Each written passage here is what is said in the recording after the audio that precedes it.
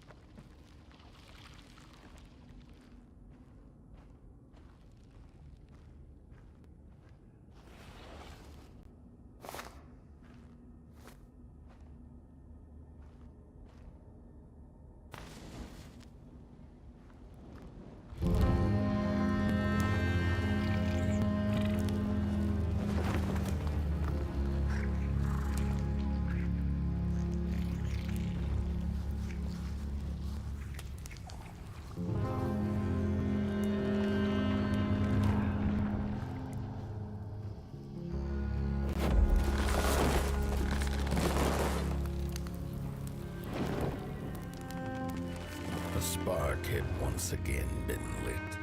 It was told that for the being who kept fire in their heart, all darkness would vanish. Nevertheless, this long night seemed endless and fraught with perils.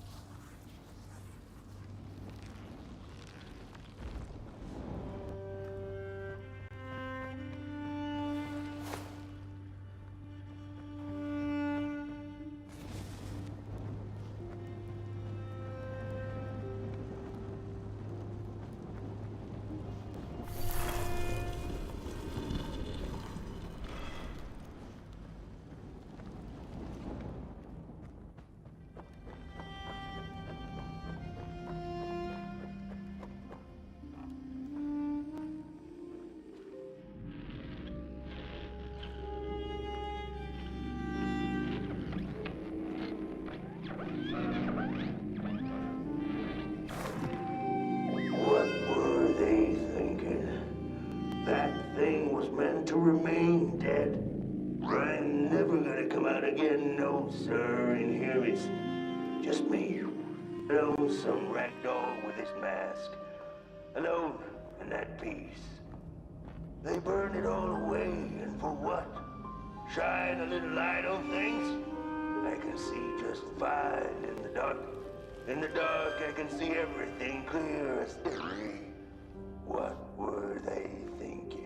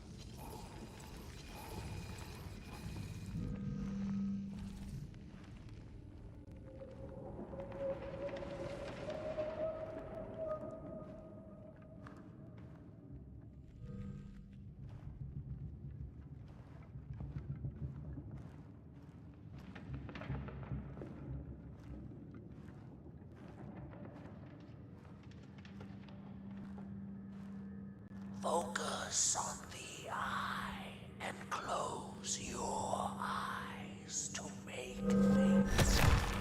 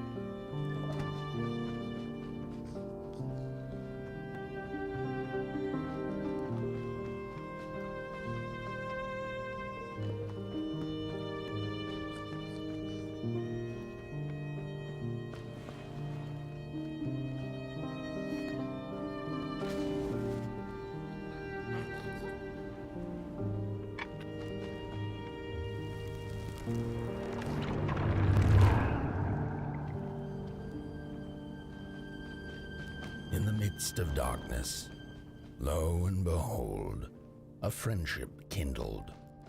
The fire that spread with it seemed so small against the vast night sky, small and flickering, but defiant.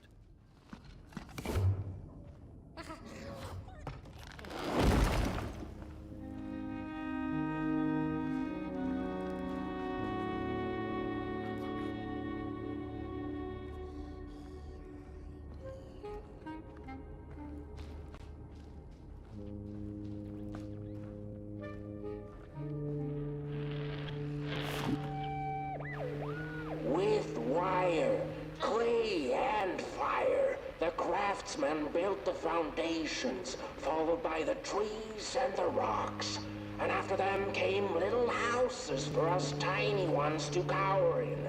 For existence was so big, so vast, that without a roof above one's head, one could have fallen straight into the skies. And yet, with all that stuff, they didn't know what to do with us. So I reckon that's why they built the Midnight Walk. For us to wander, for lack of reason.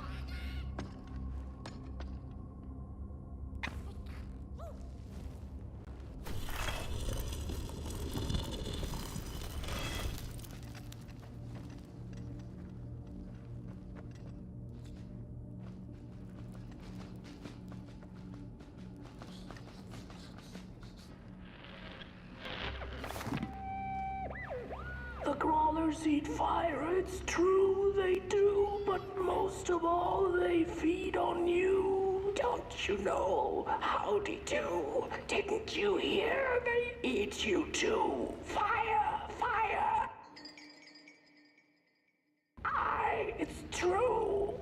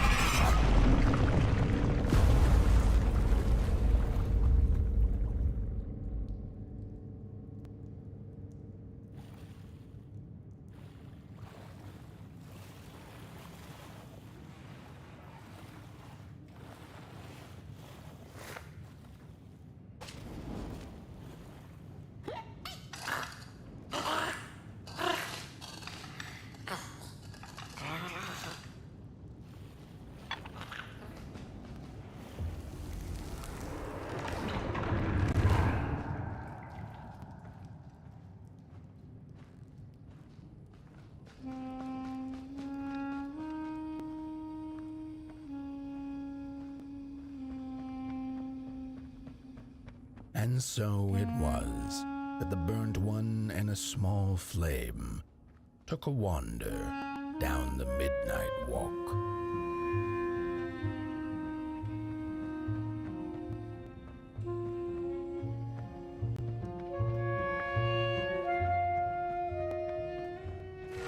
In the closing nights of this era, a wandering flame. How rare, a little pot boy. This is already the end. Your pot boy, the last ember of the work table that was. You are destined to carry this torch to Moon Mountain.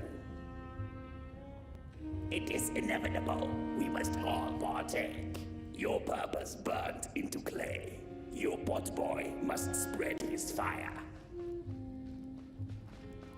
Walk now. Spread your fire. Walk, walk, walk.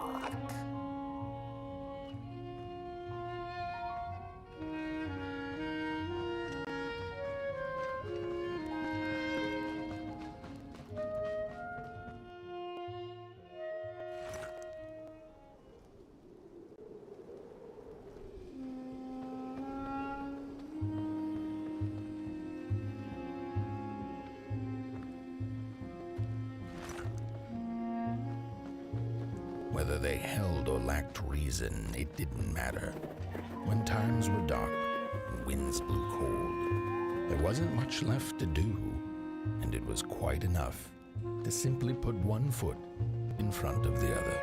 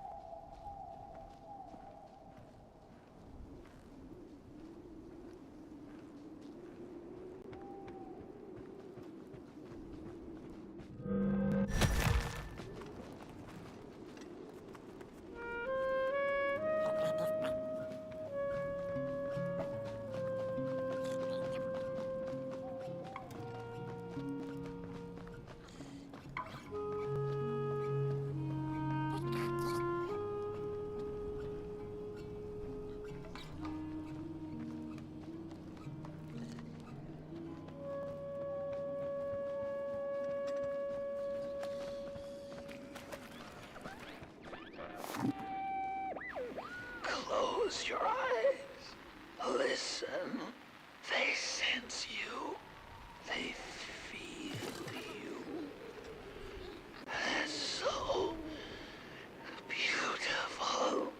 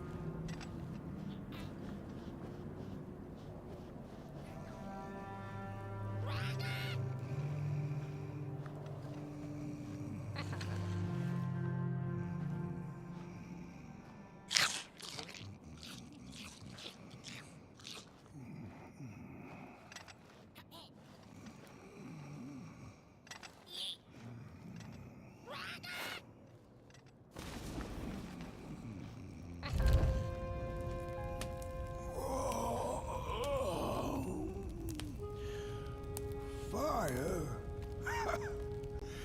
Hey, I'd almost forgotten how it felt. And salutations, Burnt One. Fancy meeting one of your kind here. You're the caretaker of this little firecracker? I reckon you must be headed for Moon Mountain. Am I right? Well then, on one hand, it's just a matter of walking down the road. But then on the other, the Midnight Walk has a mind of its own, and a mind to teach its rider a thing or two to boot. So if you are intending to walk the walk, you better... Ah, how's he? Didn't see you there. So glad to see you back on the move. And as I told you, it ran away from its owners. It's been waiting for the right passerby ever since it ended up here. Well, heck, don't let me keep y'all. See you down the Midnight Walk, and Burnt One. Wherever you end up this long night, keep that fire alive.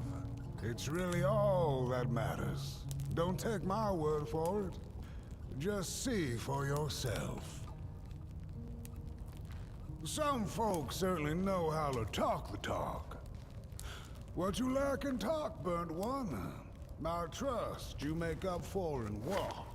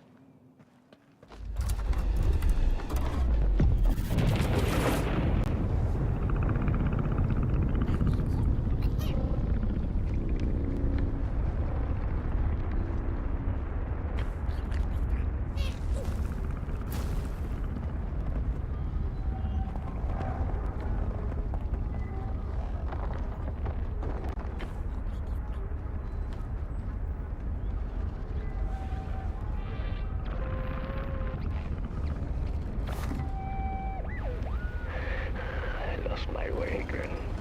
It's getting dark now, but the dark is a well of ideas, a blank canvas full of possibilities. The dark itself is the key. All it needs is a little spark, and then I get what I need. It hungers for fire, so I take a match, I light it, and I offer it. I give it freely. I have to surrender.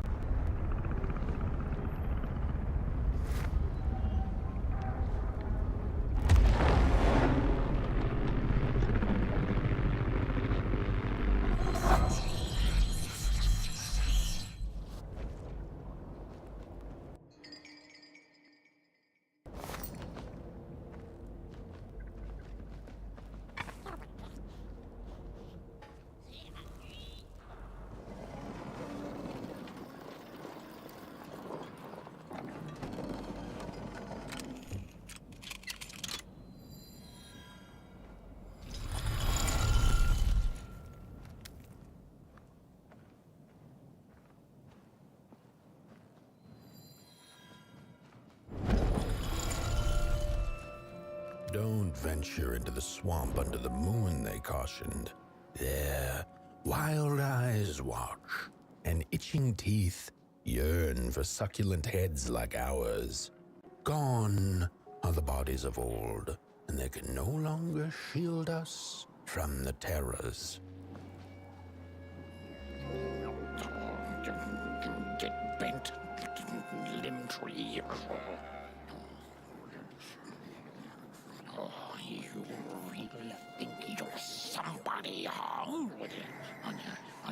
your tall legs, with your long snake-like arms. Don't touch me, you limb tree!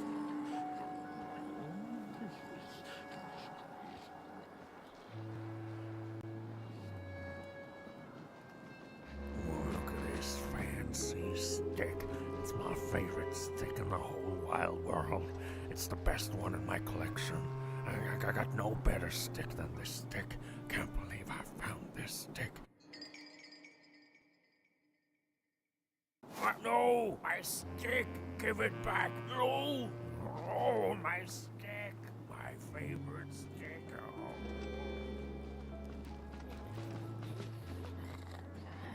Oh, it was foretold. The return of the bodies. No. No!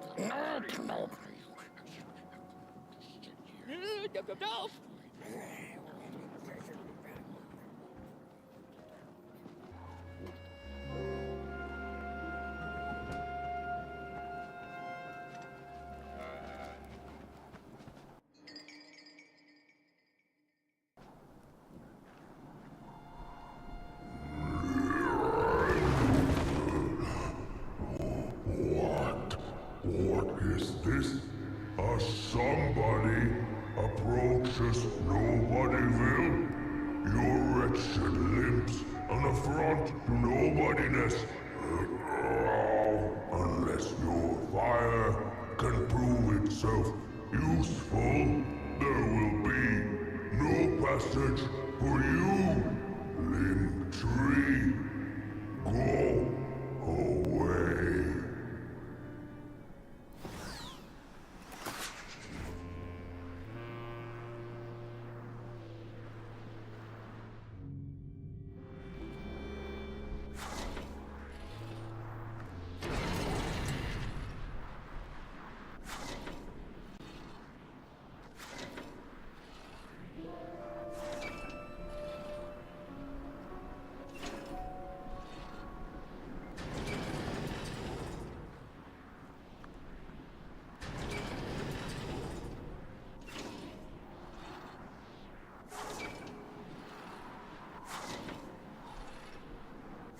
If you like them all, then maybe.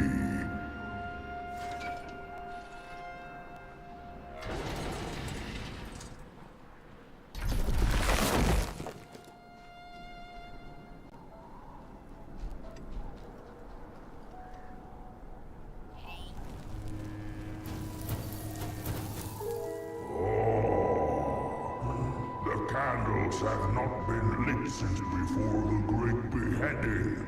Now fire is back.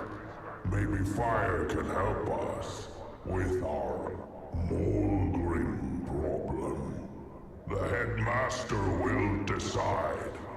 Enter, then.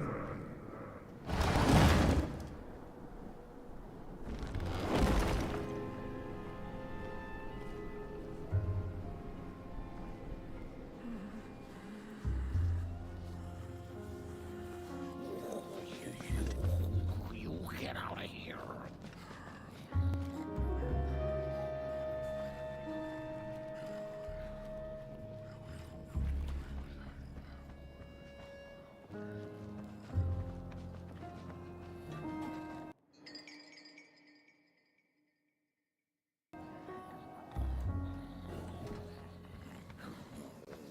We don't take kindly to somebody's walking around here with 2 feet.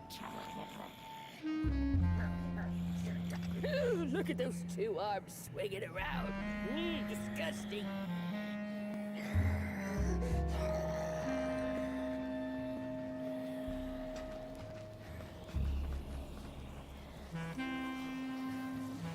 Oh, what do you think you're doing here? You can't be here. You...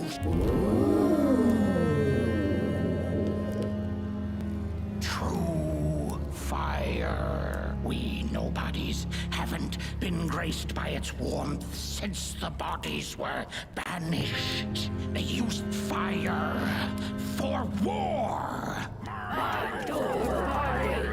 Yes. Now once more, the somebody disturbs our peace and sets fire on things with its tiny fire devil. You must leave at once. Leave or face our...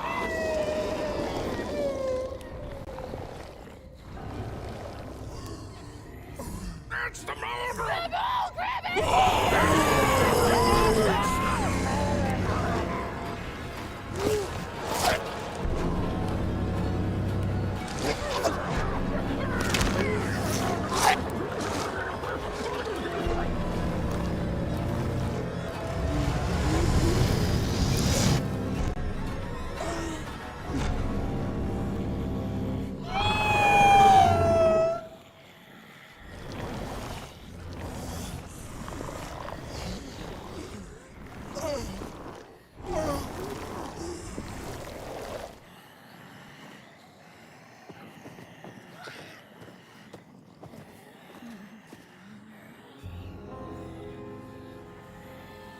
I guess I'm the headmaster now. As you've observed with your own head globes, we have a problem. It is called the Mulgrim. The Mulgrim? Recently, she has become bold, moving ever closer to Nobodyville. You should help us get rid of her. Yes, get rid of her. Tame her, just make it stop. And by the powers suddenly vested in me, I will, shall grant you passage through our fair Nobodyville. Here, take this. Blech. Blech. Now, go do the quest. Meet the problem head on. Tame the Mulgrim, and we will, I shall graciously let you pass through Nobodyville.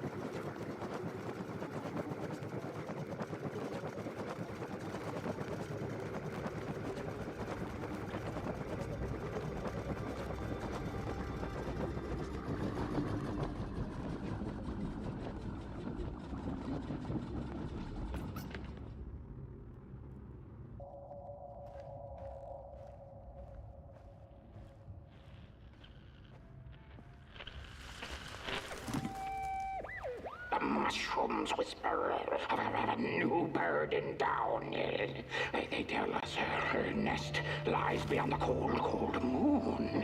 And she came here to witness tragedies. She feeds on these tales you see, sucking their fire dry like marrow from a bone.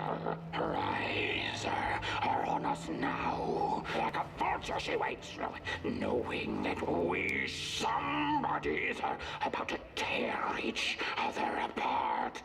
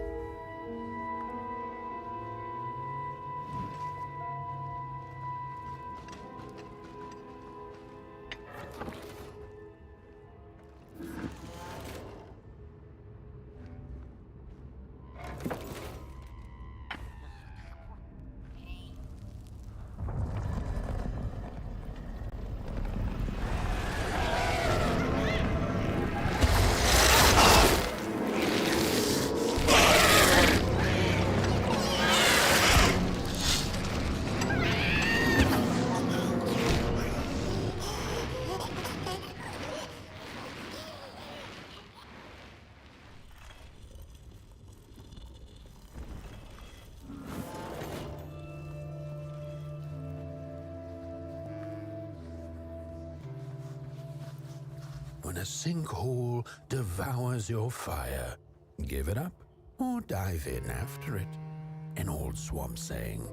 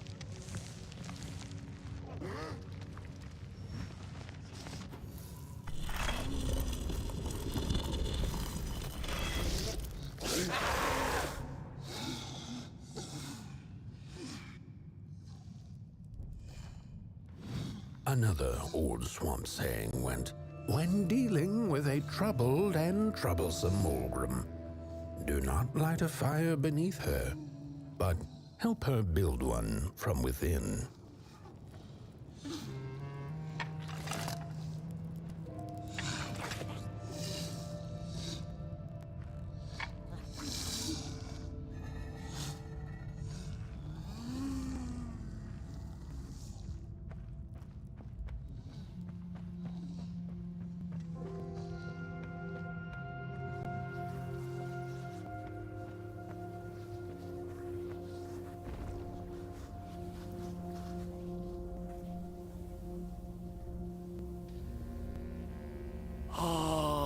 My neck hearkens the anguished howls of the Maulgrim, and the bitter patter of feet.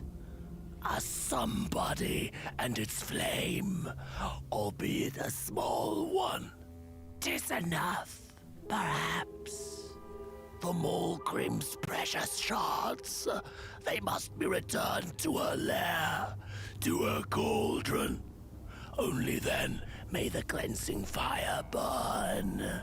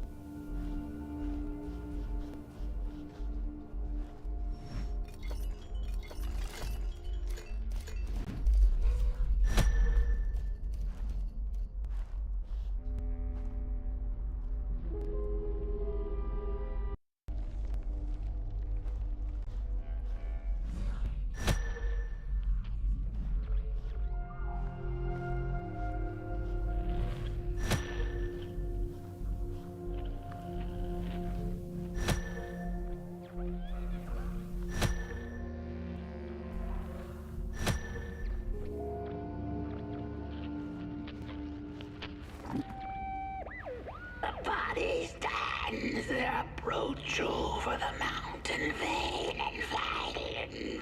We ragdolls observe, we record, and we mimic. Their faces are vast, they do not know what the sordid yearning hides behind. His hands will tell. We put on a mask, we perform, and we put on a show.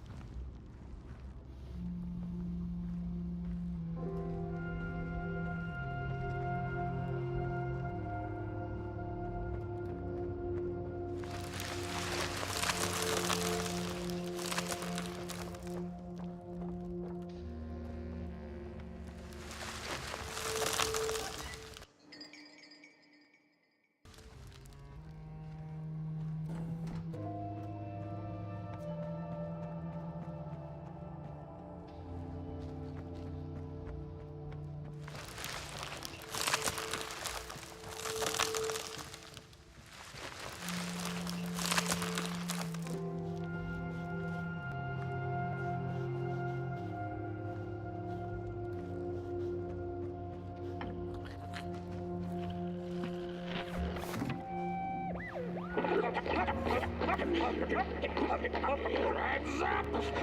Ready! Break with your boots, take with your hands! Full of fire! The fire is ours! Take the charge! Take the fire!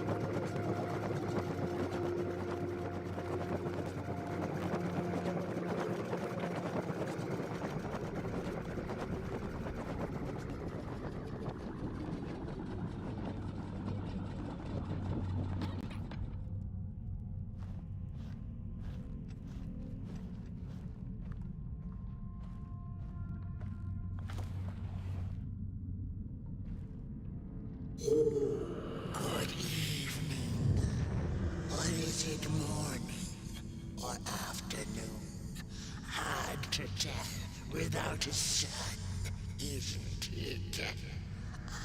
No, it is most certainly night, or moonbirds hooting wouldn't make sense at all. Speaking of sense, will you help an old bird find some in this story? Fire up these dusty murals in the right order, and you will receive a present, a little gift, yes. Bring the fire to the story.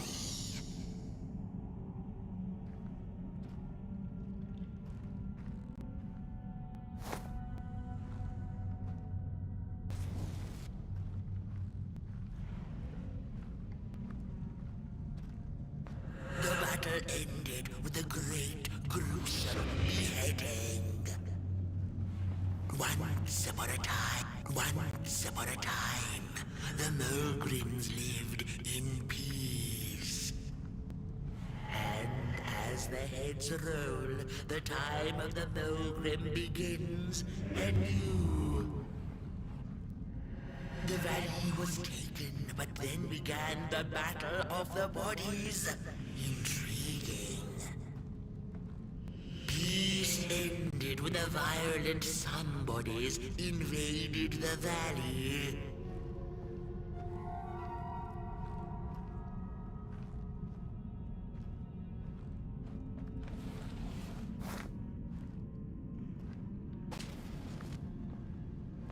And as the heads... Peace ended when the violent somebodies invaded the valley.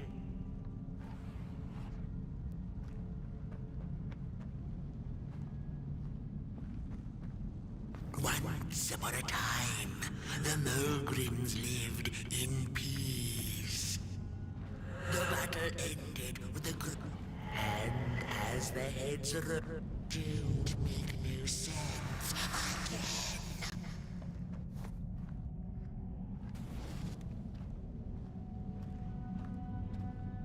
Once upon a time, the Mulgrims lived in peace.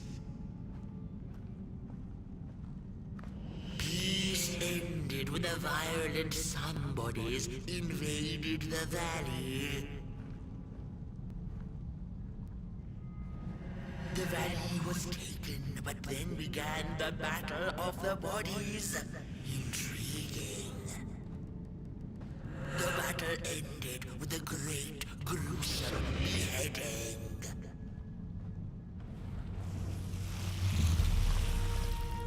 For time immemorial, the Mulgrims had lived in the valley in peace, sharing good eatings and howlings around their fire, which they had inherited from the skies.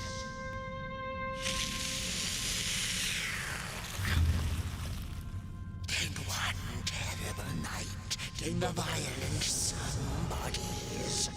They hunted the Mulgrims for sport and took their fire for themselves.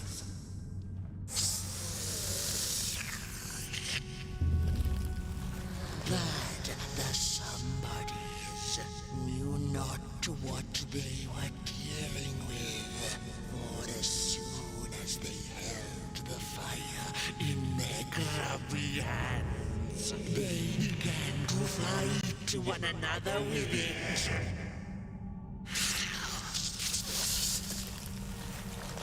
To save themselves from themselves, the cunning heads turned on their bodies and organized a great beheading. And so it was that somebodies became nobodies, and the bodies were exiled. A time of peace would ensue, or so the headlings thought. The last living Mulgrim had been biding her time.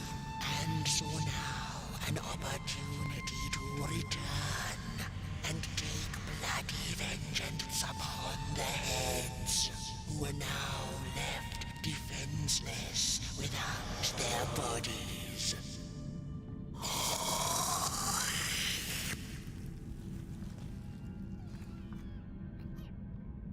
And the time of the Mulgrim begins anew. A storied meal indeed. Moonbird thanks you for feeding her and proudly upholds the promise. A gift. A shard from the Mulgrim's own cauldron. It looked so shiny in the moonlight. Moonbird simply had to take it.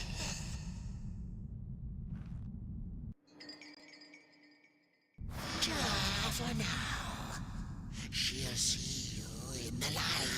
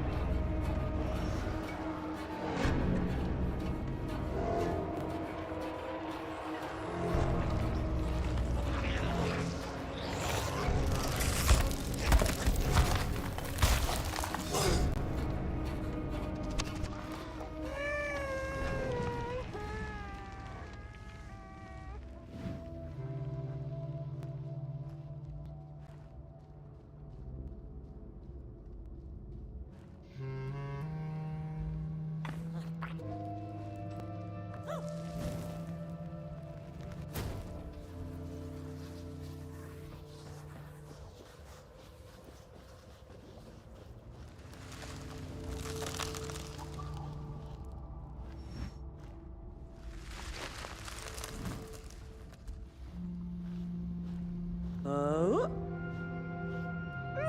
Don't eat me! Well, if you're not gonna gobble me up, then can you maybe take me away from here? Please? Somewhere closer to Nobodyville and away from here. Get me out of this neck hole, please! I'm begging you on my bare chin, and I'll pay you for the effort. Handsomely with a beautiful shard from the Mulgrim's cauldron. I have the Mulgrim's cauldron shard just waiting to be yours.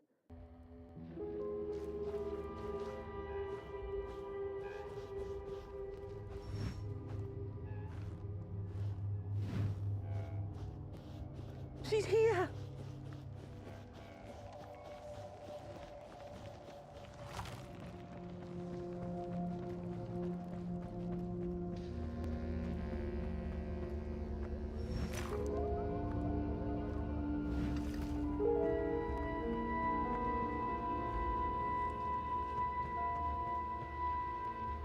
Phew, thanks for saving my neck. And I think I have a reward for you. A real treasure. Blech.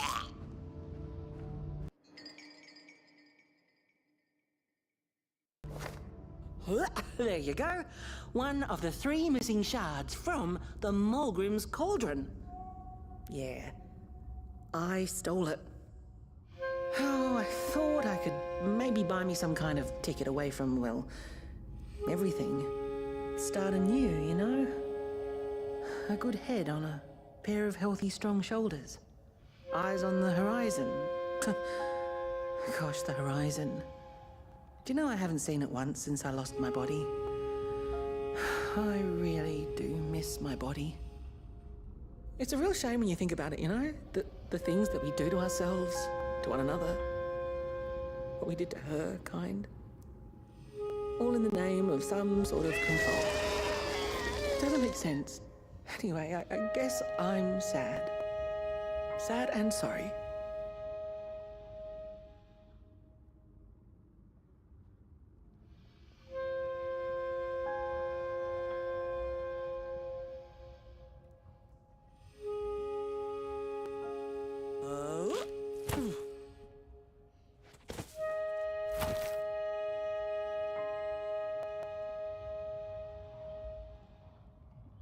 Hey, thanks. You're a great listener. You know that? Just take care of that shard now. Maybe put it back where it belongs and... yeah. Goodbye.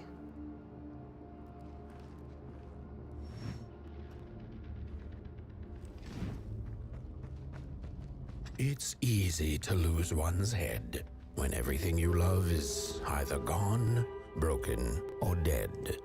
Yet another forgotten swamp saying.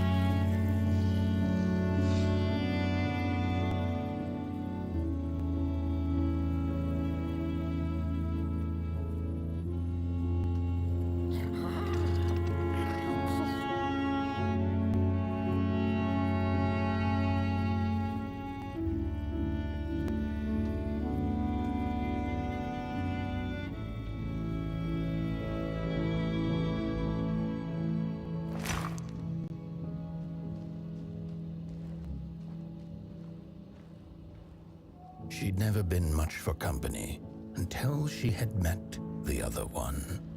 He had shimmering scales, an appetite for life, and carried a faint scent of rotting leaves she found irresistible. Oh, how they used to laugh at the distant stars, bitterly, together.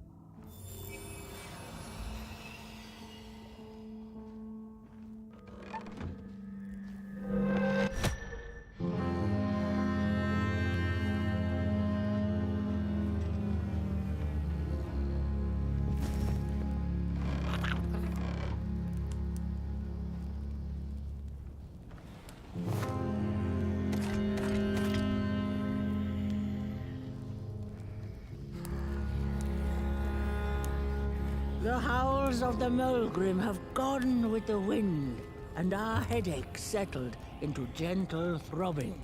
Thank you, somebody, for you have not only graciously saved our necks, but also demonstrated the value of brain mass and heart blob working together. Could it be time for the bodies to return? We must convene on this matter, and you and your wandering flame must now leave through our gates and keep on walking the midnight walk to Moon Mountain. Mountain! Here you go, somebody. This key will open the town gates.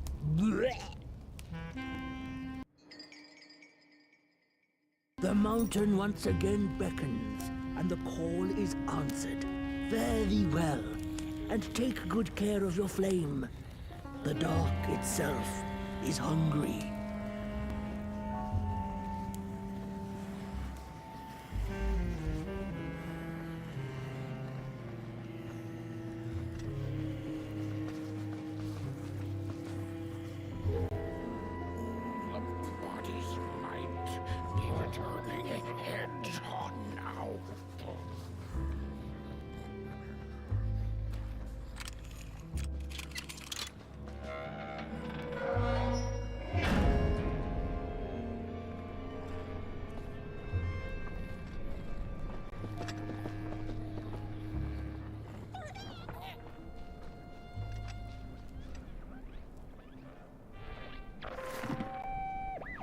I've had enough.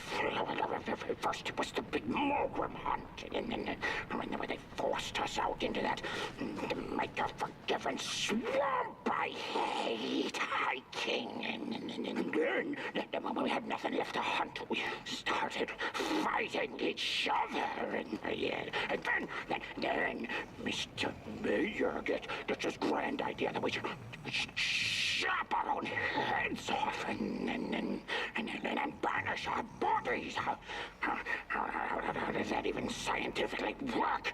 I've had enough of civilization.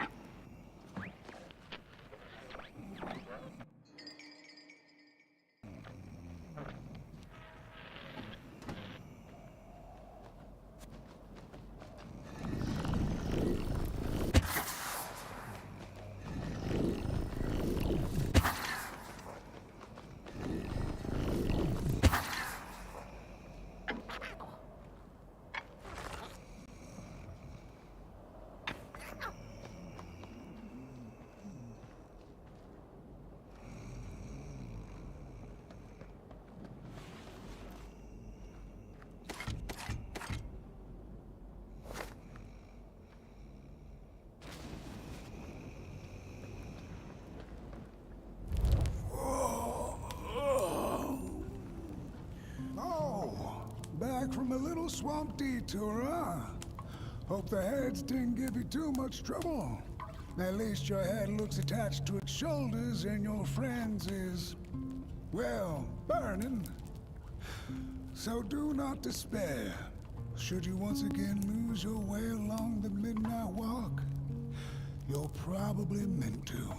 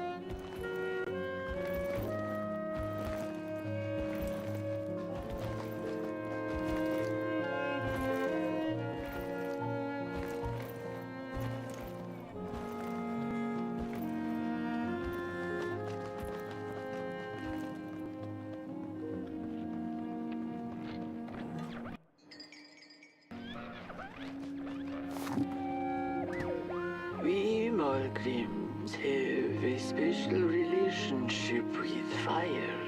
We do not cook over it. We do not shed tales around it. We care not for its warmth. Ours is a different connection entirely. Fire is our window to truth and into the world beyond clay, to which we must return. We are noble beings, bringers of bugs, slime, and mushrooms to help decompose the old and to bring about the new. We are the caretakers of this world, and woe be to those who seek to end us, for they seek to end themselves.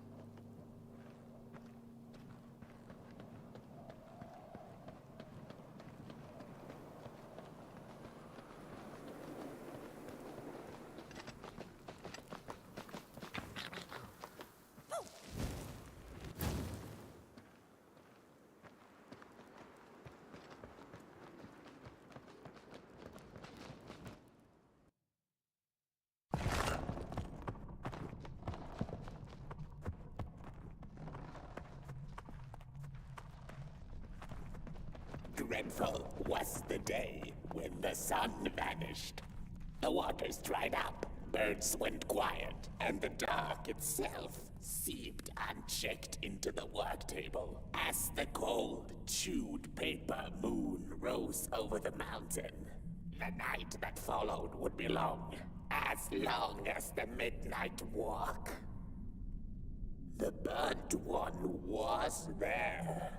You do not remember, but you feel it, don't you? You are reborn when need arises. This night, Port Boy needs you, and Moon Mountain beckons. Its call irresistible.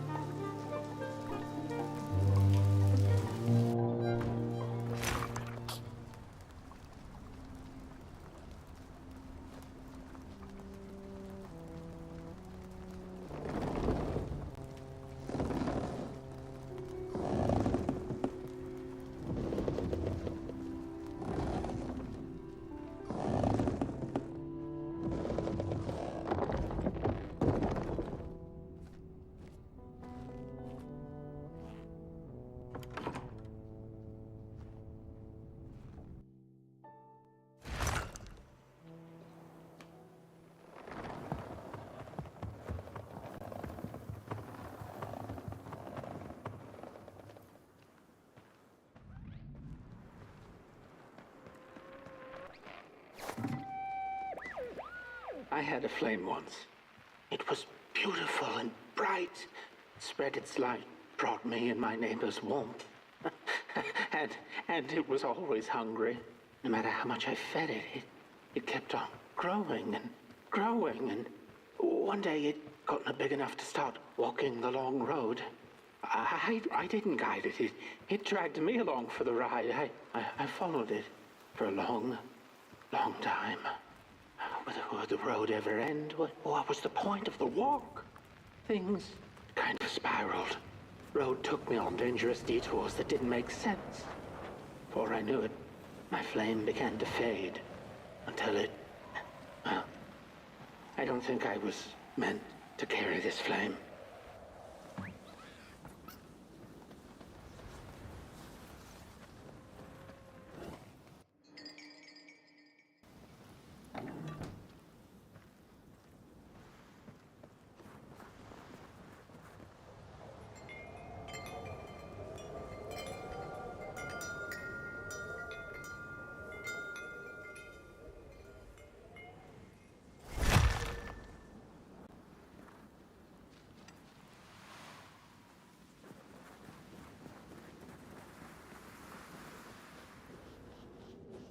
There once was a freezing cat who was looking for shelter when she came across a dark cave.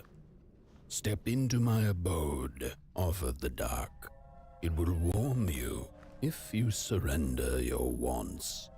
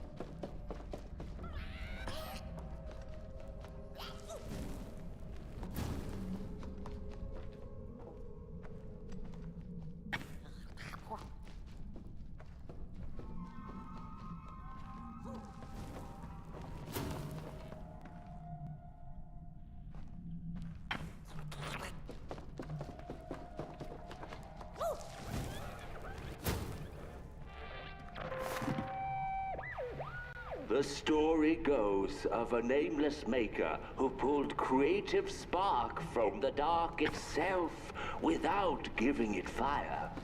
With his dark source, he managed to create swaths of land in no time. The dark itself waited for a gift of fire, but the maker just kept on taking. Too busy building his crooked fences and watchtowers, kept his fire locked away in his chest. One day, he decided to create the first people to inhabit and appreciate his creation. It was then that the dark corrupted the Maker's Clary, guided his greedy hands into creating not people, but the first of the fire-eating crawlers. And they crawled into this world absolutely starving.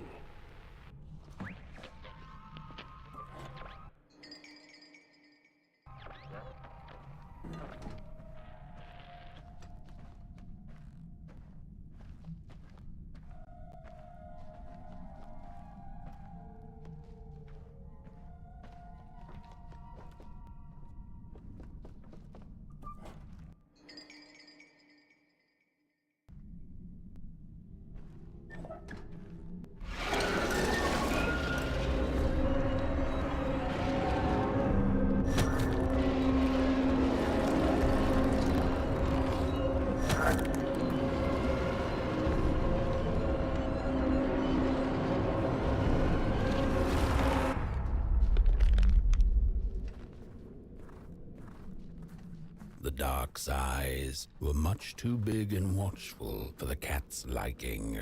She went on to find warmth somewhere else.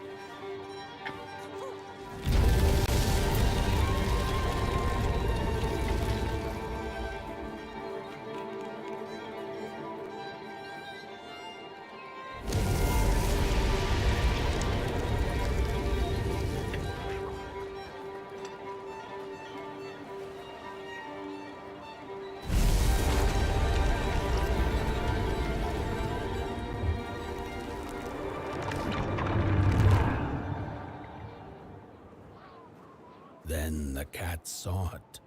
Rooftops piercing the sky. Approaching the town, she was greeted by a crone. "Come, kitty, kitty, you must be tired. Sit in my lap. Share your soft fur, and I shall warm you for a spell."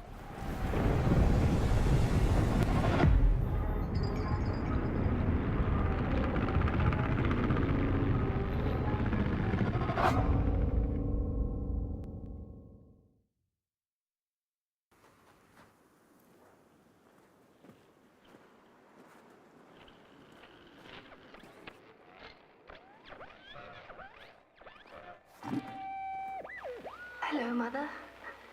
The well said to give it a match, so you and I could talk again. I hope this works, because that was my last one, and well, it's cold now. But it doesn't matter. We can finally talk after everything. So, how are you? Do they have fire where you are? Not the hellish kind, I hope. Is Father there too? I think you should talk to him again. I know it doesn't seem like it, but I know he loves you still. I love you. Still. I can't feel my hands. I can't feel anything.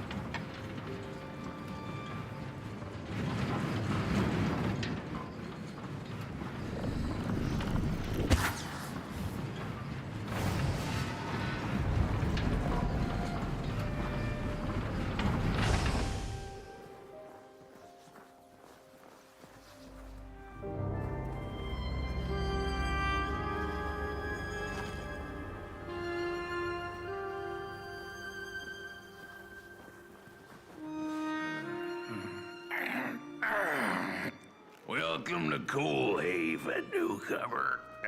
Good to see a flame in these parts again. I'll be your guide tonight. This furnace here used to run on coal and fire, don't you know? But a thief stole all our matches, wasted them in greed, you see. Now the ghost has come to smite the wicked and punish the thief who killed us. Well, I guess that's it. That's a tour on the house. There's a bone right there in the snow. That ain't no place for a bone.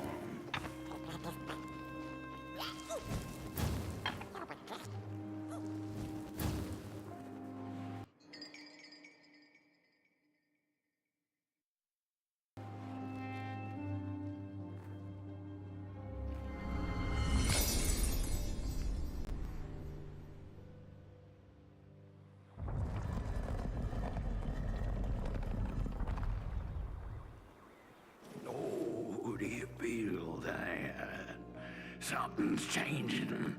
That furnace was the soul of the city. We used to worship it, us coal miners did. Fed it trees and fire like it was a hungry, angry god. This broken body's going nowhere. But yours is. Walk the streets. Listen. Just don't believe everything I have to say.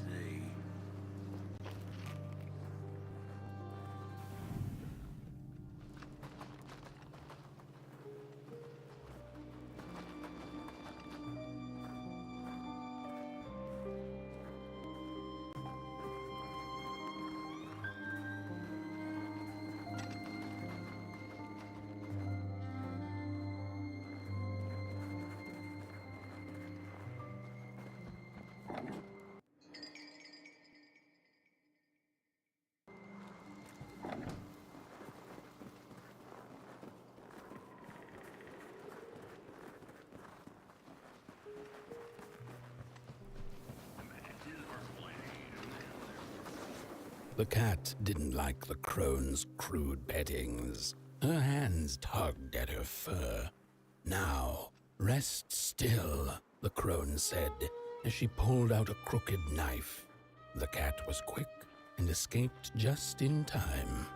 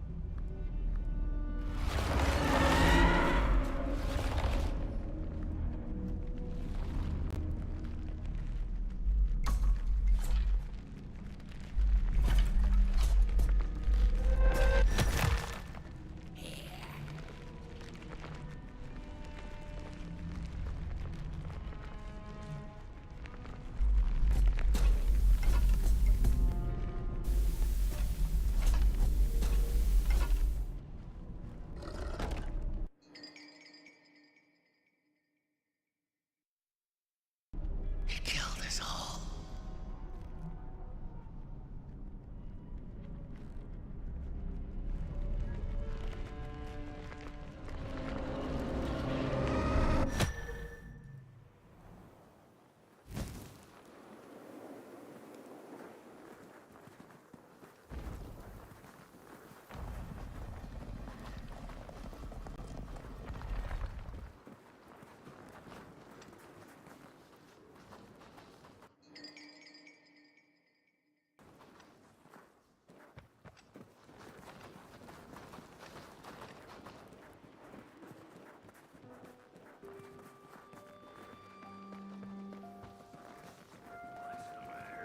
See a ghost.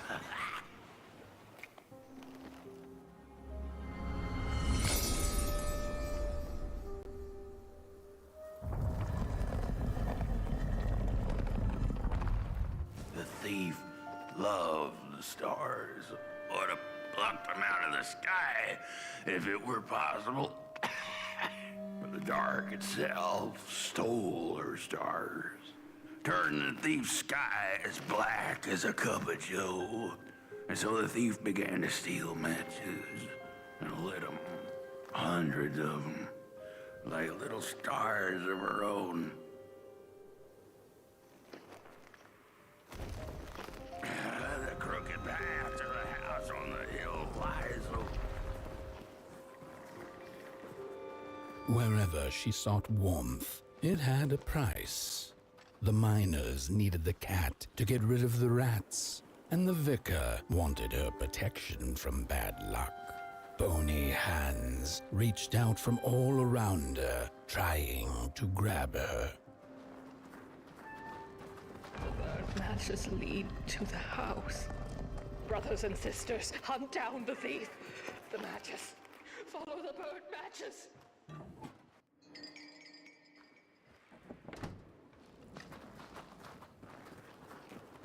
The trail of burnt matches. We're running out of matches. The furnace is dead.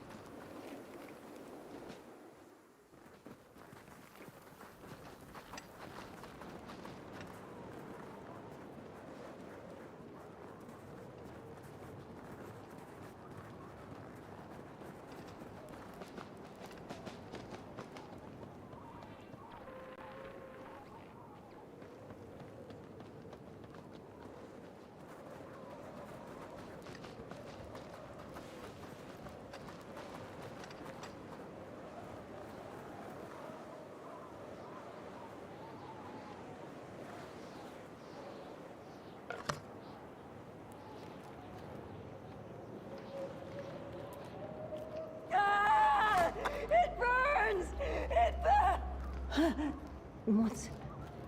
Oh, this isn't my body. The fire, did we snuff it out? Where's... Did I save them? The house. It's ruined. Well, it wasn't supposed to go down that way. They locked the door, threw the key into the woods. Huh. There was so much anger, and now there's nothing. This body is so uncomfortable.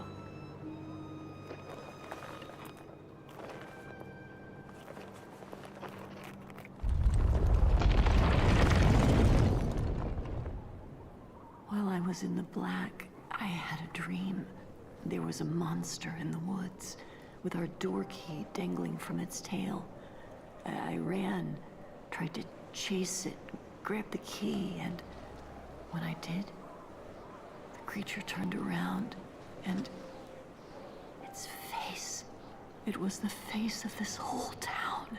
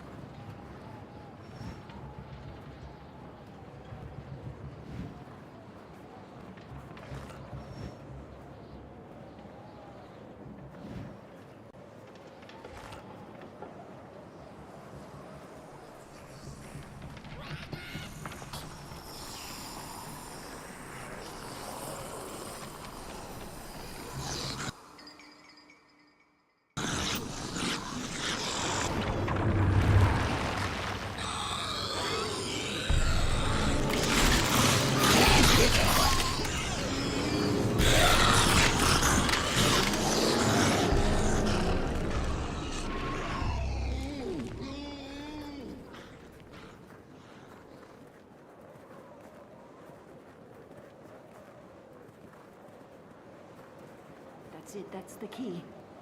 Unlock the door. Please. I want to see my home again.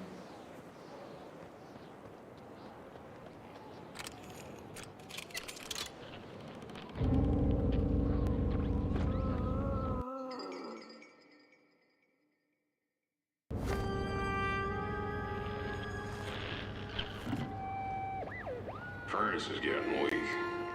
Council says we're running out of matches. We'll have to harvest more trees then. I don't like it. Losing the forest like this. Not like we The have a cat choice. felt as if the walls around her were growing taller, the alleyways narrowing. Turning a corner, she bumped into a girl sitting in the snow. In her bony little hands, a lit match. "What do you think of my star?" the girl asked. "Isn't it pretty?"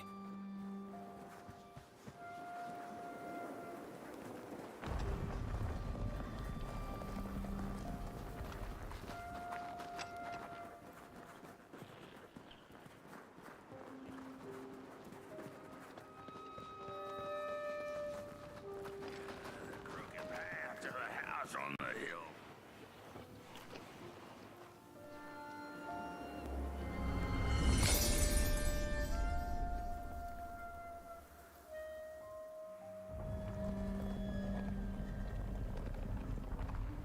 with no matches left, we couldn't light the furnace. And the thief paid a terrible price for her burning greed.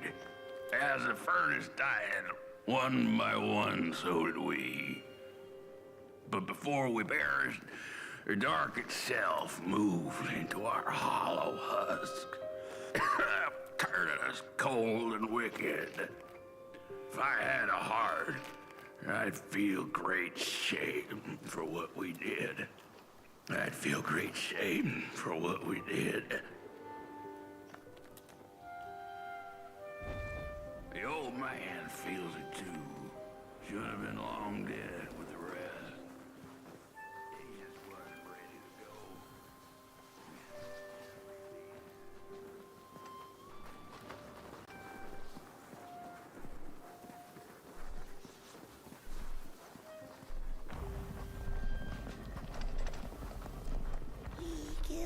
She killed the furnace, so he killed her. Murderous. Is the one left. No rest for us after what we did.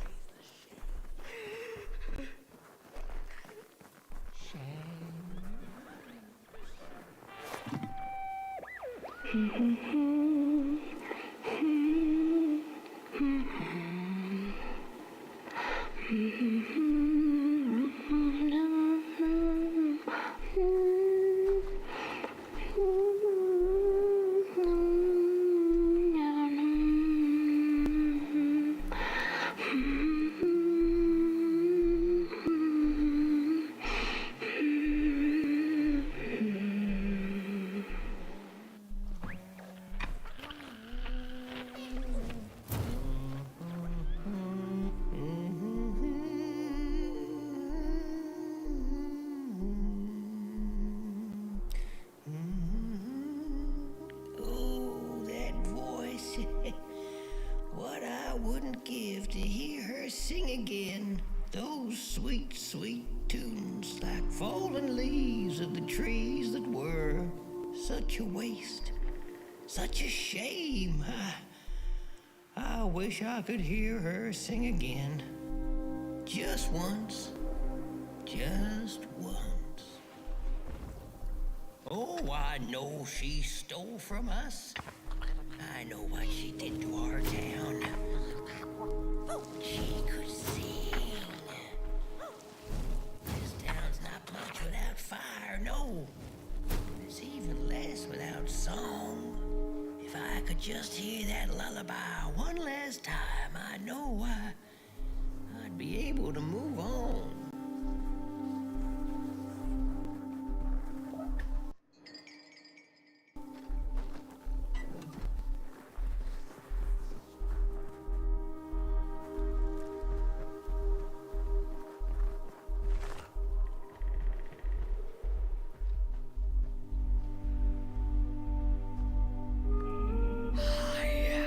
Pray, beg for silence of the dead.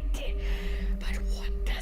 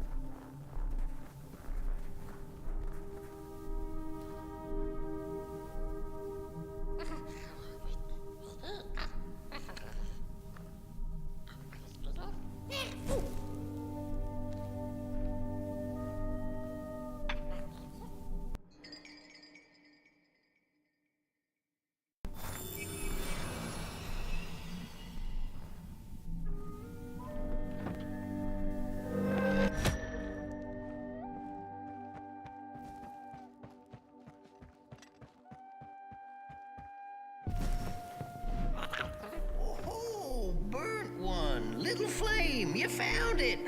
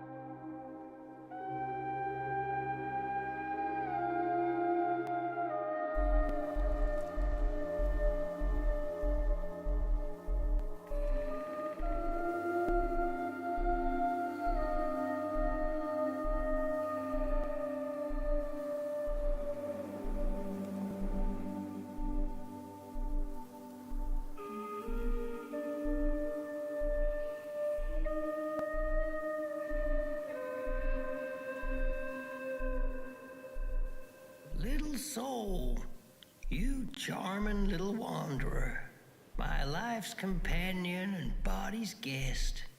Where are you off to now? I don't know what I thought would happen. I feel a strange warmth, but just as coal runs deep in the earth, so is the shame a part of me, mine alone to bear.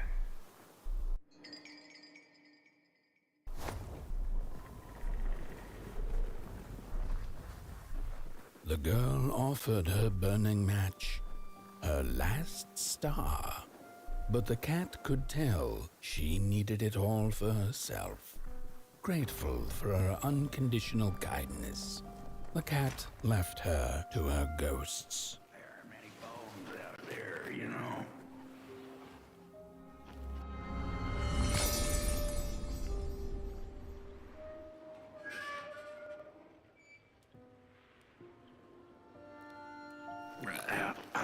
The door to the flame is open.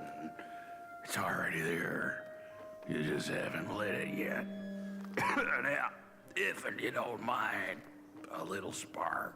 And just maybe we'll be able to die for real this time. In life, I didn't mind a little loneliness, but this is the worst. The furnace belongs to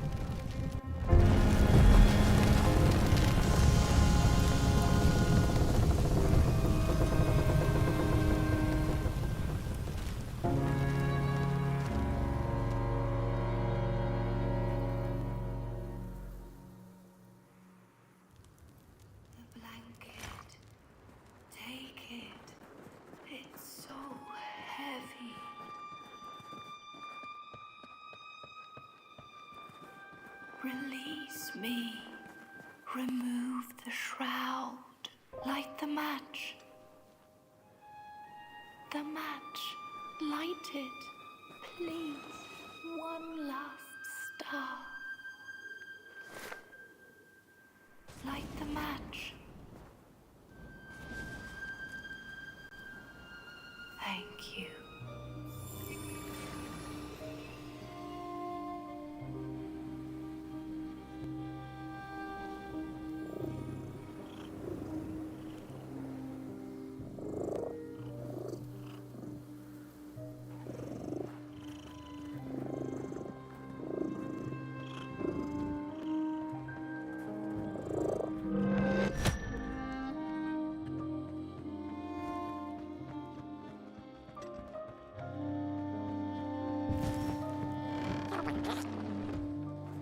The cat finally settled in front of a giant, burning furnace. In its bright flames, she could glimpse a dark future. This did not matter to her, for now she was eternally warm and at peace.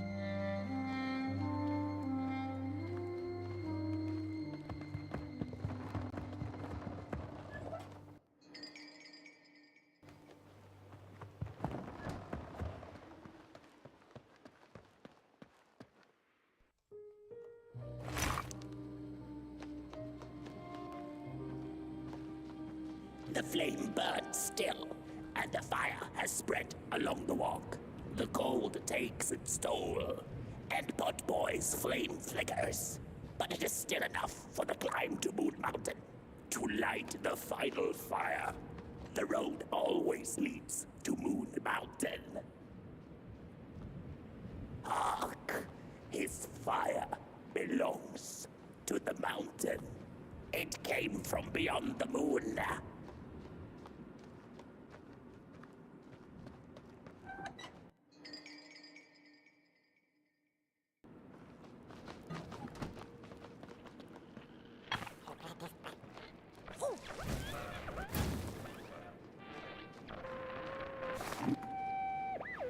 There's a fella who watches over the midnight walk, pointy hat and hollow gaze. He's been around longer than you or I.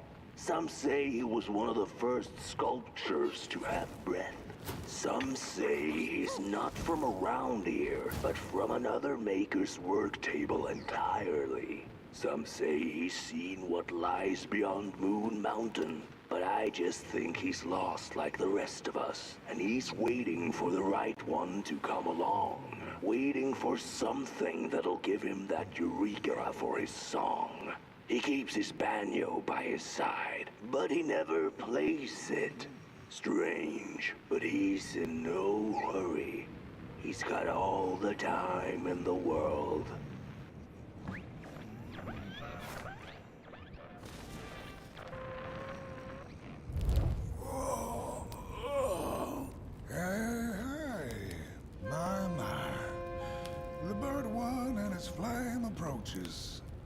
The road's been long, hasn't it? And it just keeps on going, don't it? Why don't you rest here for a spell? Change is in the air. Warm winds coming in from Coldhaven. I trust you're not pushing that little flame of yours too hard. He is mighty, no question about it. But between you and me, he still has a ways to go until Moon Mountain. Heck, it ain't my place to tell you how to tend your flame. I'm sure you'll be fine. You'll be just fine.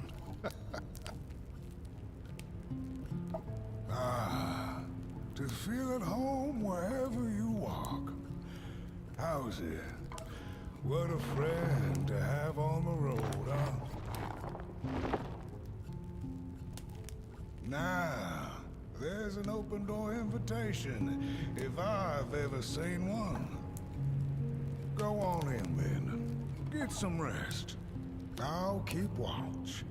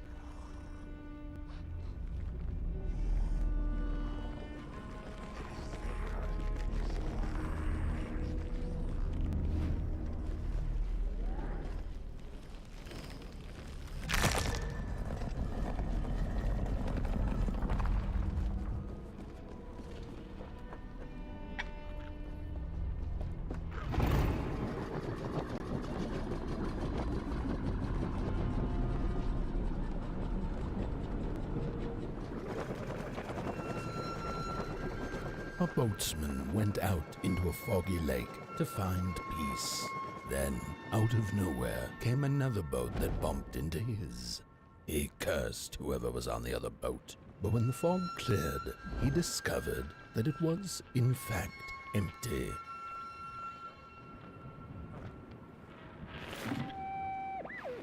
These sarcophagi are molds, rebirthing the bodies of the burnt one.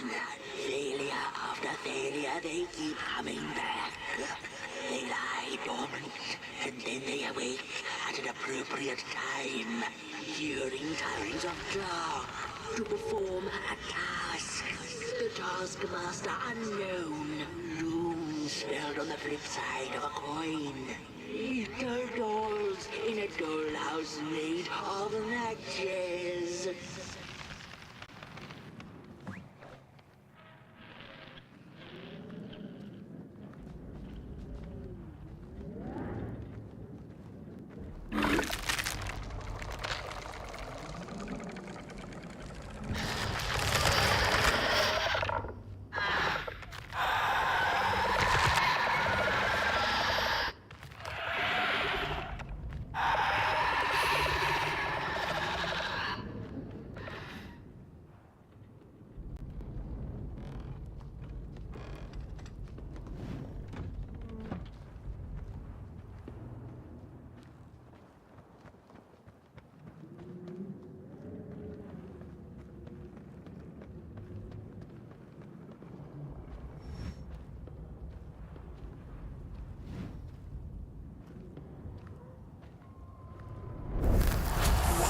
A story without a little adversity.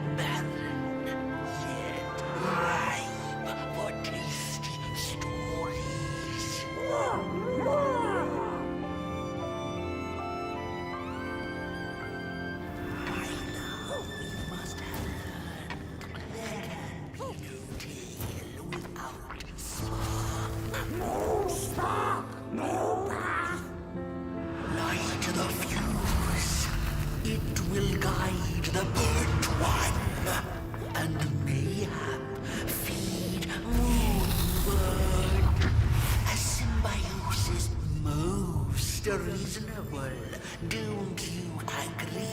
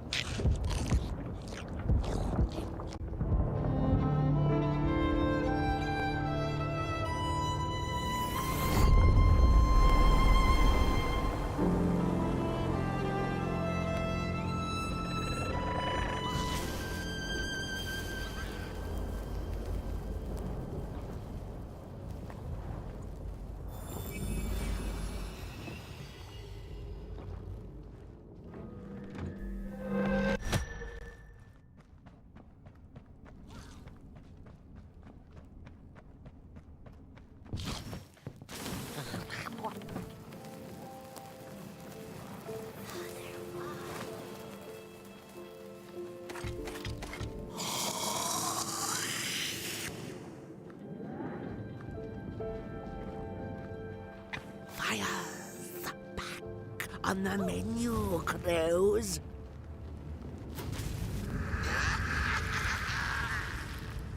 Why are they here?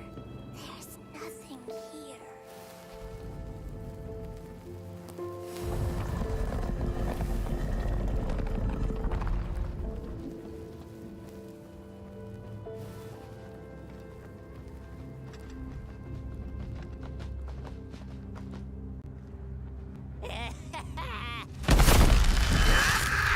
I see you. Not a crawl closer, Moonbird.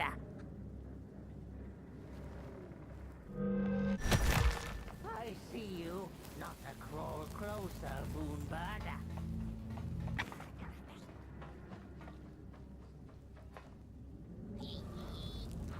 I hear you pressing around.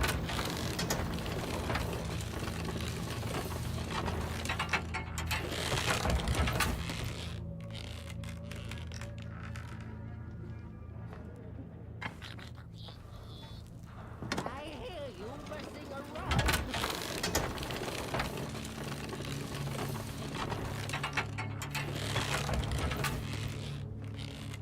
Avert your greedy gaze. The moving pictures are not for you.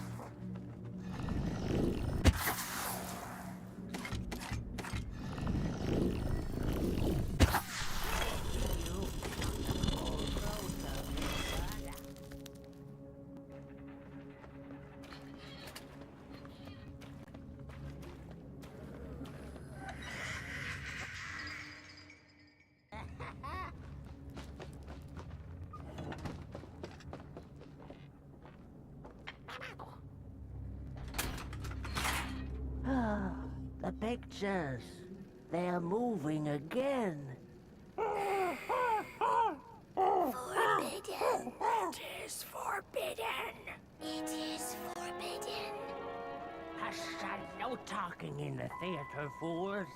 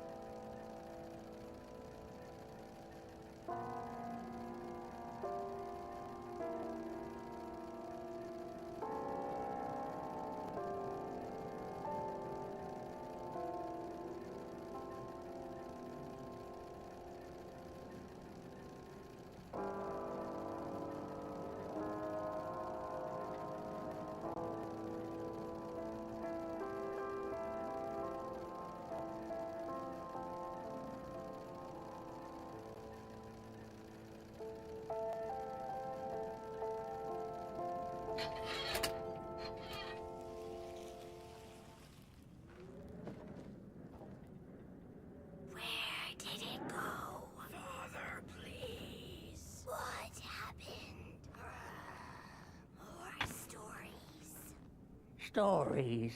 How I cherish them. Real as clay, as palpable as the midnight air. They're all we have left once the dark has taken the last campfire from us. The projectors tell a story of failure. The craftsman projects it onto his creations. He keeps building, building without love for his craft. He needs to see it.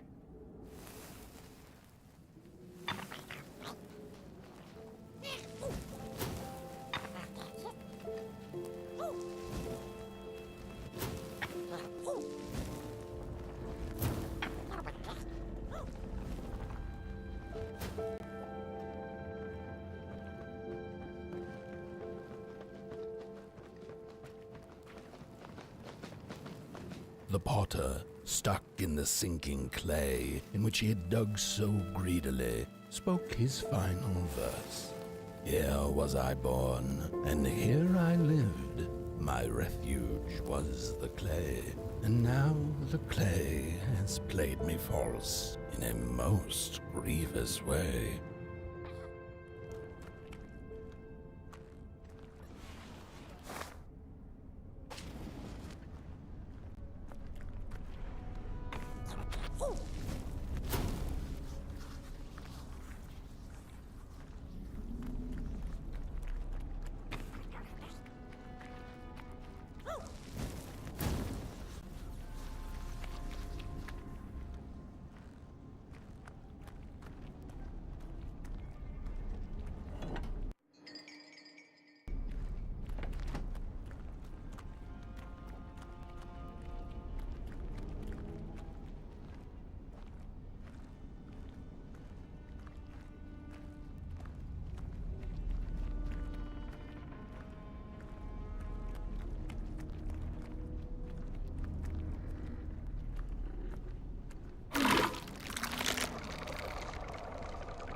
Three blind explorers discovered a sleeping beast.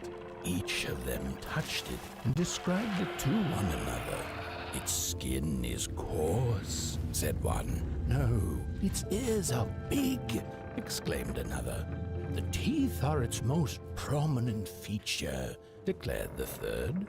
Who was right or wrong mattered little, as the beast awoke and ate them all.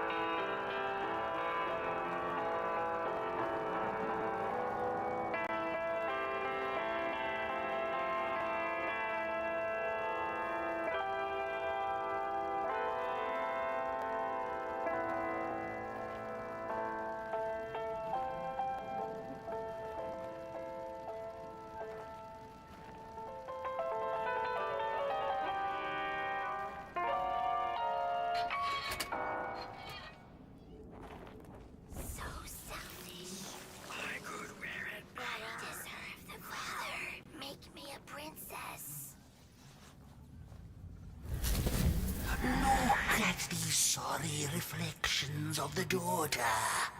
None of them will ever dance, ever feel the warmth of their maker's heart.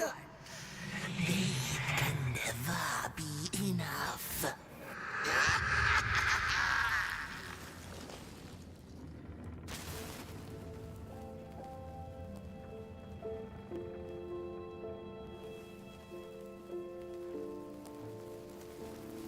After years of searching for her son, the Weaver was convinced she had lost him to the dark. One night, there came a knock upon the door.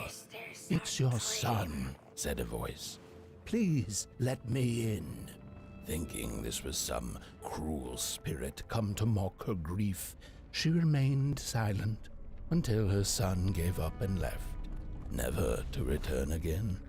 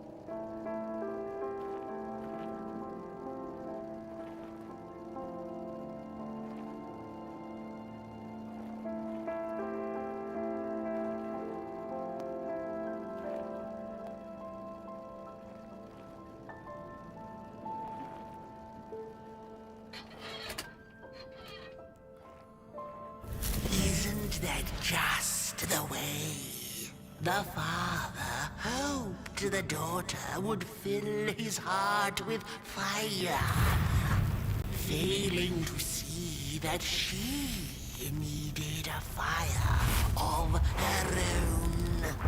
His princess danced away, and he stayed behind, cemented in his ancient doom. The heart is a bottomless pit, never sated, always craving for more.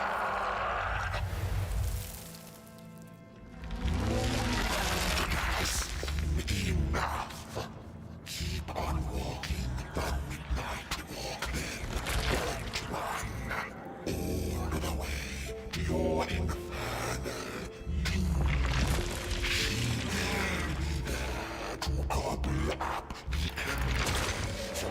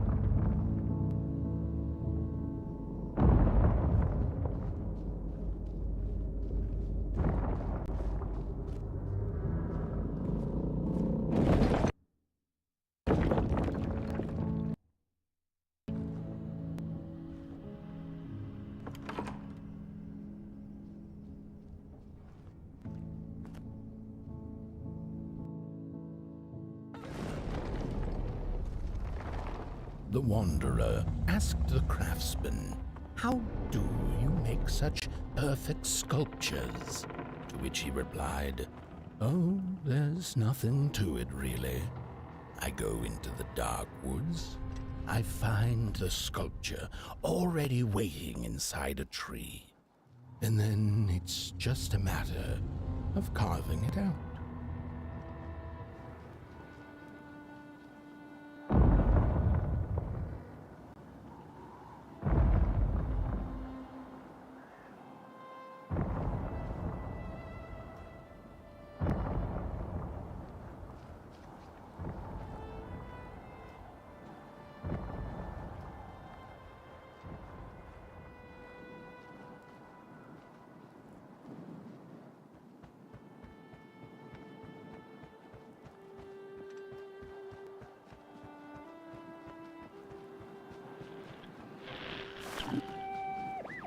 When I was a child, I exchanged letters with a monster in the woods.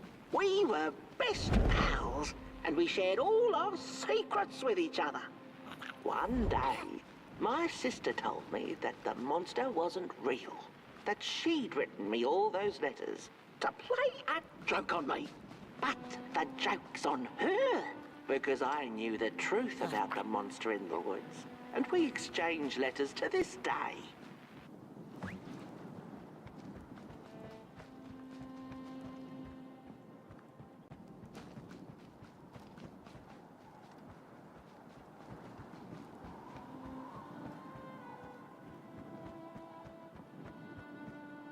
Hark! Not very far now. Not very far. The flame longs to be free. Caged, it cannot truly burn. How beautiful. How tantalizing. It is simply the way of fire. It is what it is.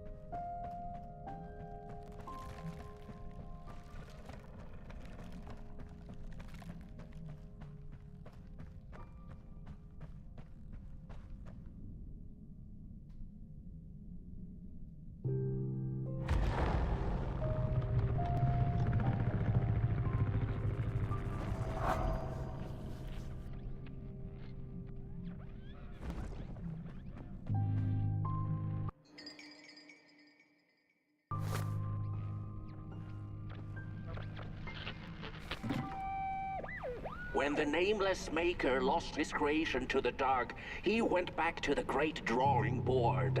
In his desperation to regain control, he made an attempt to sculpt the face of the dark itself, something he thought he'd glimpsed in his nightmares.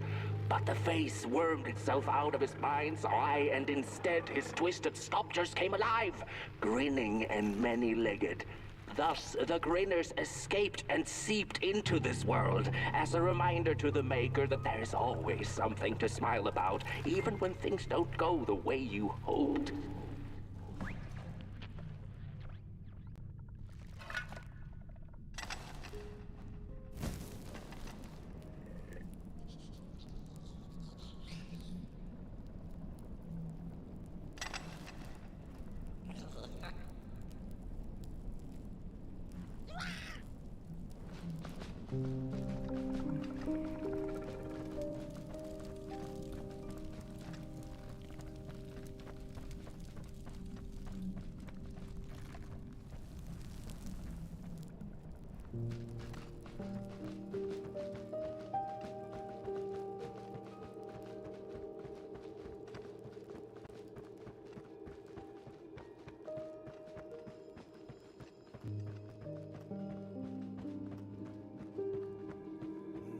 Whoa there!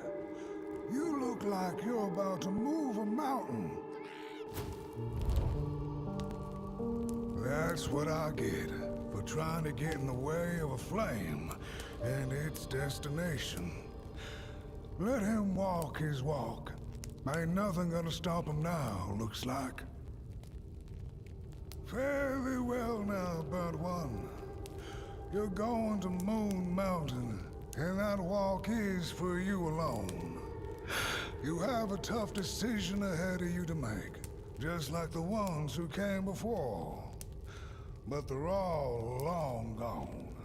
In the end, all there's left to follow is your own heart.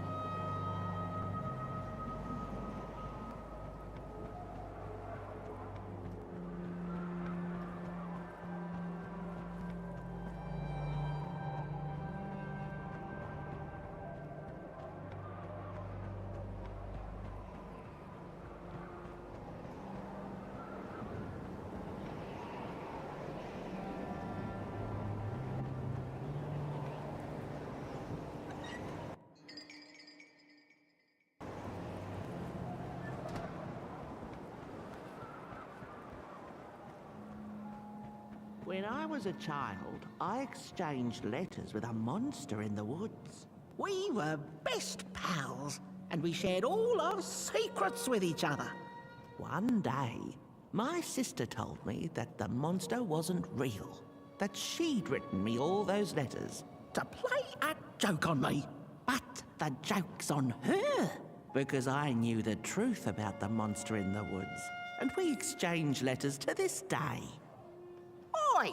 You the caretaker of this little fireball? What were you thinking, letting him run off? Don't you know how precious he is? Oh, yes you are. A real sunbeam. Who took the sun away? We Merkles used to ask until it finally ceased to matter. Night skies like these, trouble seems so far away, doesn't it?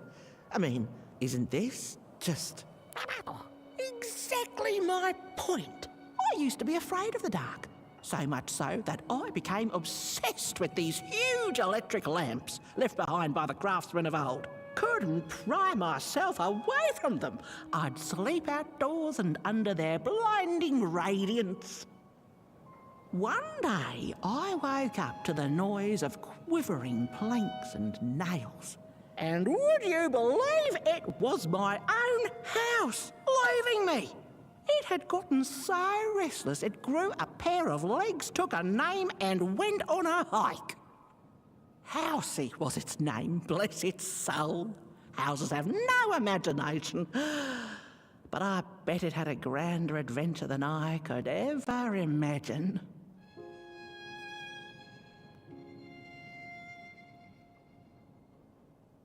This little flame is your home, burnt one. Keep him nurtured and safe, and you'll always find yourself in the right place. Through the rain, in the dark, and over Moon Mountain.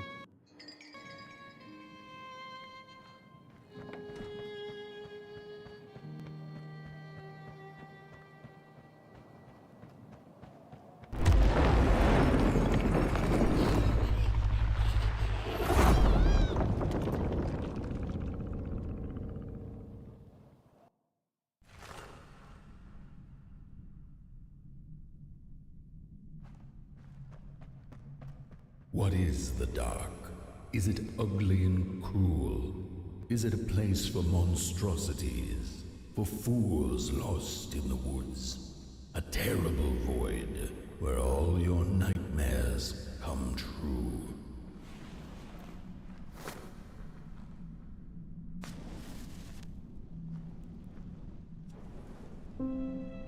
The dark could be a friend, perhaps a space where we might find each other, all of us equal under its cloak.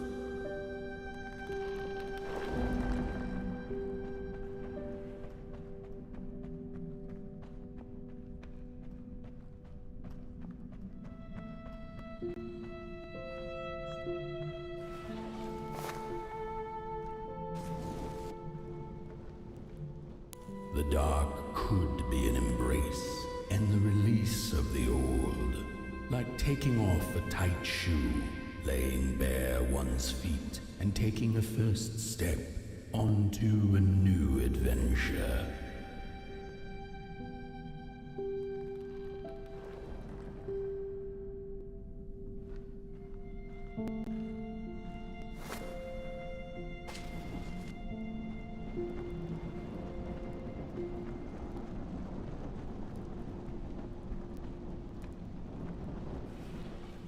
The dark could be a moment of clarity and calm, a break through icy clouds and the shameful stories we tell ourselves that fetter us to the clay and mud.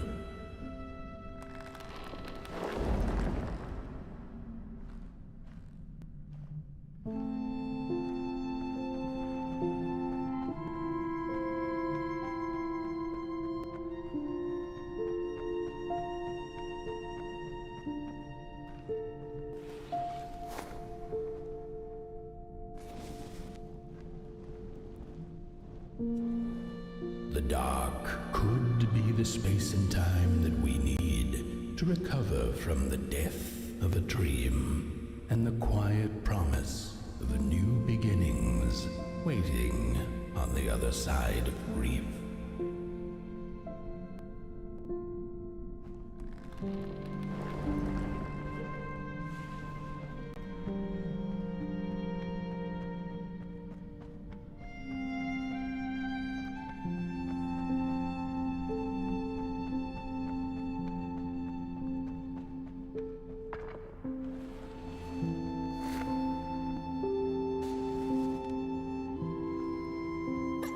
In the end, the dark remains a mystery, its secrets locked away behind the stars.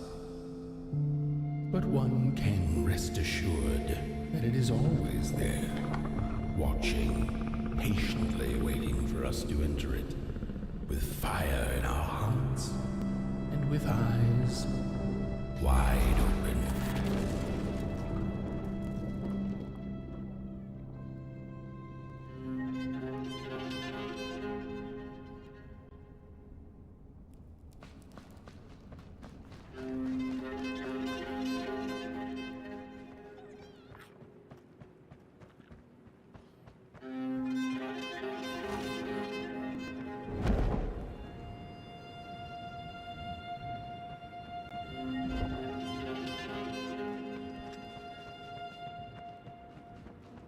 You've arrived. Hark! Your fire is dying, but the last embers will light the final fireplace and send your potboy home. Can you do what you must? Naturally, you must. It is destined, and you will be loved and forgotten.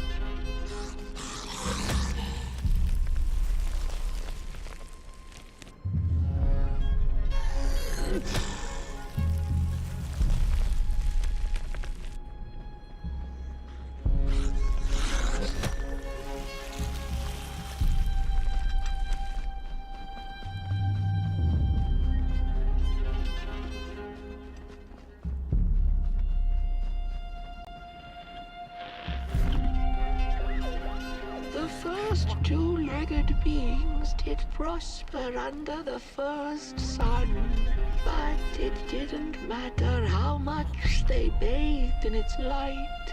They craved more. They sought to cage the sun, harness its power, and make it theirs. But the makers, in their foresight, had put the sun far, far away. So far that no creature could reach it. That's why, in their desperation, the two-legged ones began to collect matches, lighting them like minuscule suns of their own. But there are only so many matches in this world, and one day they'll run out, and they shall once again look to the sun.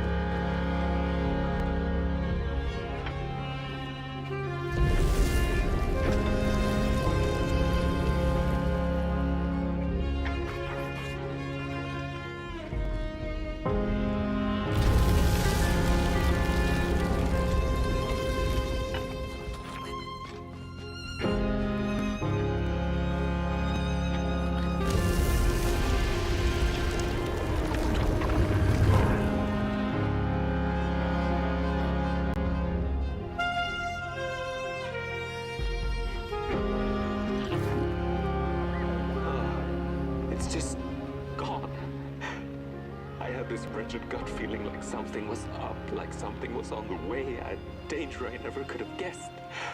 I figured that's just how I always feel, and my worries seldom come true. And now here I am, and I have been for some time now, and it just won't come back. I'm thinking, while I had it, I didn't know what to do with it, how to care for it, enjoy it. But if I had it again tonight, I'd probably waste it all over again.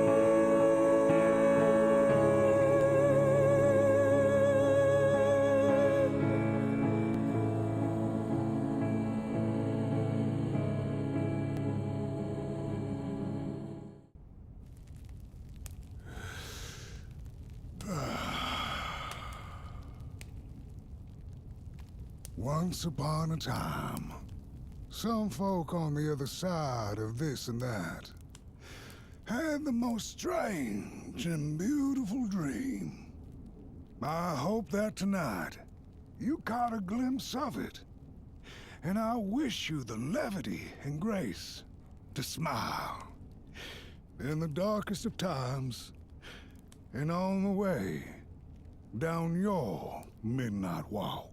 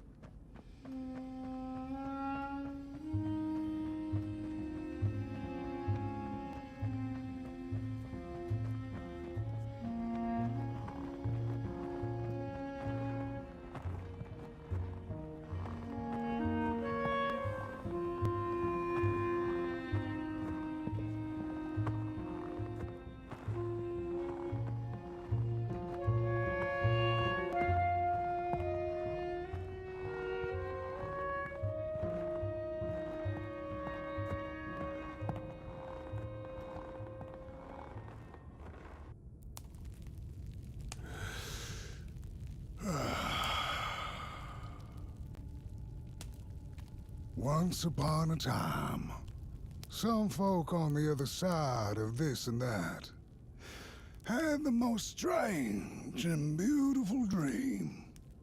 I hope that tonight you caught a glimpse of it, and I wish you the levity and grace to smile in the darkest of times and on the way down your midnight walk.